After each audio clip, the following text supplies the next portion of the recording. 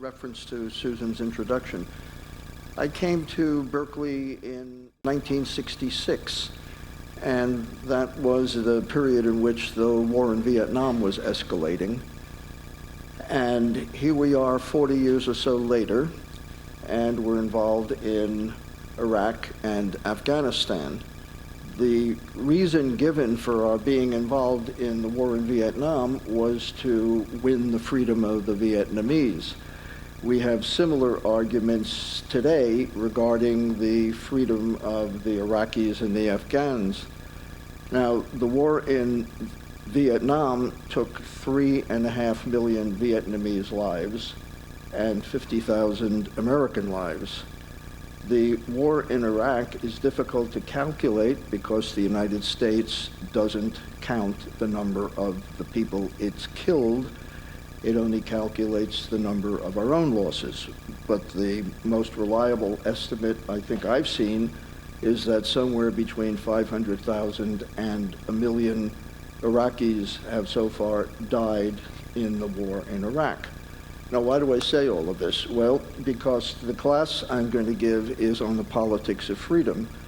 And the question is, what is this freedom for which people are willing to give their lives and, most to the point, take the lives of other people? You will remember your mythology from grade school. You know what Patrick Henry said, give me liberty or give me death. But it was the case that often the death was visited on other people, not on Patrick Henry. Now, the question is, what exactly is freedom? And the reason I call this course The Politics of Freedom is because it's a severely political issue to try to define the nature of freedom. There is not one idea of freedom. There are several in the 2,500 years of Western civilization. There are at least 5 or 6 distinct and significant definitions of freedom that people have fought over. And one of the things I'd like to do in this class is try to clarify for those of you who will be joining me exactly what the nature of freedom is, or what the various theories of freedom are, and why they are so radically opposed to each other. Now, the kind of freedom that most people would give an explanation of if they were asked, what is freedom? They would simply say, basically, freedom is the right to be left alone or do what you want. On the other hand, you shall know the truth, and it shall make you free. Another famous statement in Western civilization. It is not based on this negative view of freedom. It's based on knowing something, not the absence of knowledge. In fact, it was very interesting when President Obama was talking at the New York Stock Exchange yesterday and said, we need much more severe, significant, stronger rules of the road. That's a wonderful analogy, because rules of the road restrict the freedom of each individual driver. You can't drive as fast as you want. You can't drive wherever you want. You can't drive exactly when you want.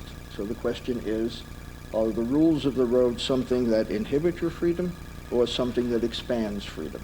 Does it make it possible for more people to drive, to actually get where they're going, or does it inhibit the possibility of movement? That's one of the issues that comes up, buried in that metaphor.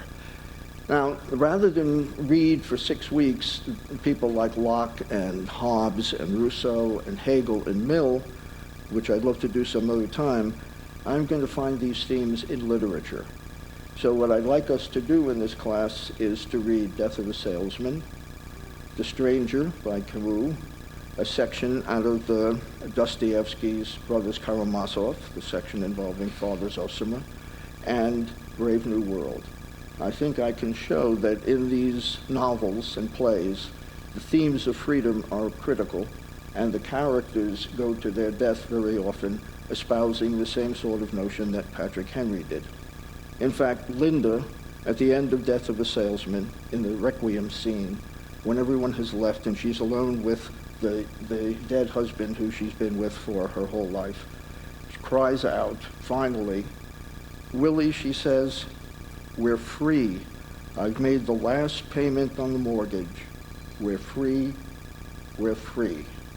What can she possibly mean by lamenting or exulting over the notion of freedom in the presence of this ruined family and this desperately miserable development that has taken place before us. What kind of freedom is it that would lead Linda to claim that we're free when she's free only in the face of death? Thank you. Thank you.